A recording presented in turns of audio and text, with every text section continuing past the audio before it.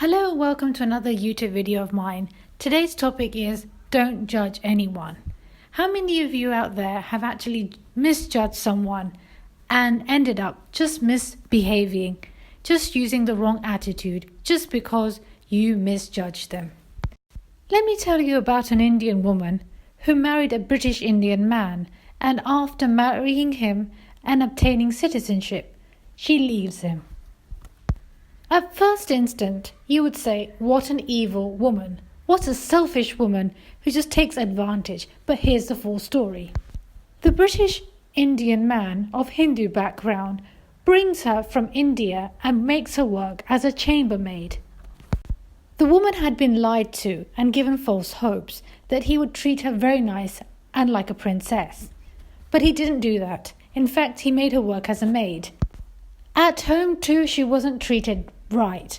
He often used to beat her and misuse her, just wasn't behaving the right way. The woman leaves him just after obtaining British citizenship. Now I know you're going to say this woman could have left him earlier. Then let me tell you more. This woman did try to leave him. She called her mother, and her mother said, when she called her mother back home in India, her mother advised her to never return, because if she did, nobody would accept her after the divorce, and that she would find either a divorced man or a divorced man with children. Things will get worse back home in India, and that they were very poor and they could not afford her.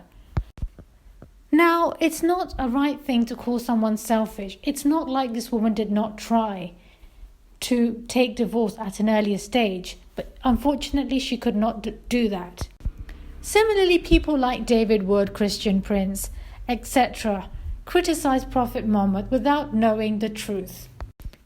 Many hadiths that were actually written by the companions of our beloved Prophet does not have a chain of transmission. Until you don't know the chain of transmission, you cannot judge why someone did what. Who was that person? How did things go about?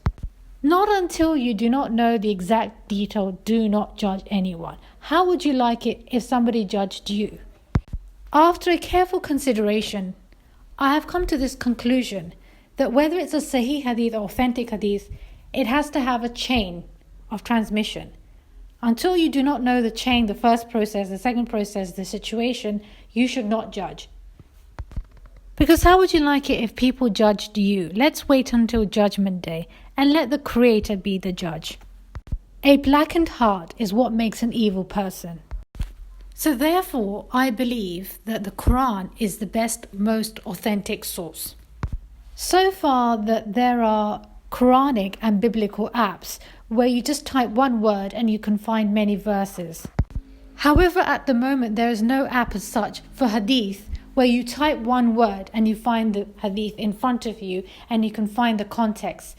So therefore, at the moment, these critics are using Hadith because that's exactly where critics of Islam are picking up sources to criticize. Now, anyways, I have given you a good idea. Never criticize without full knowledge. Anyway, take care and goodbye.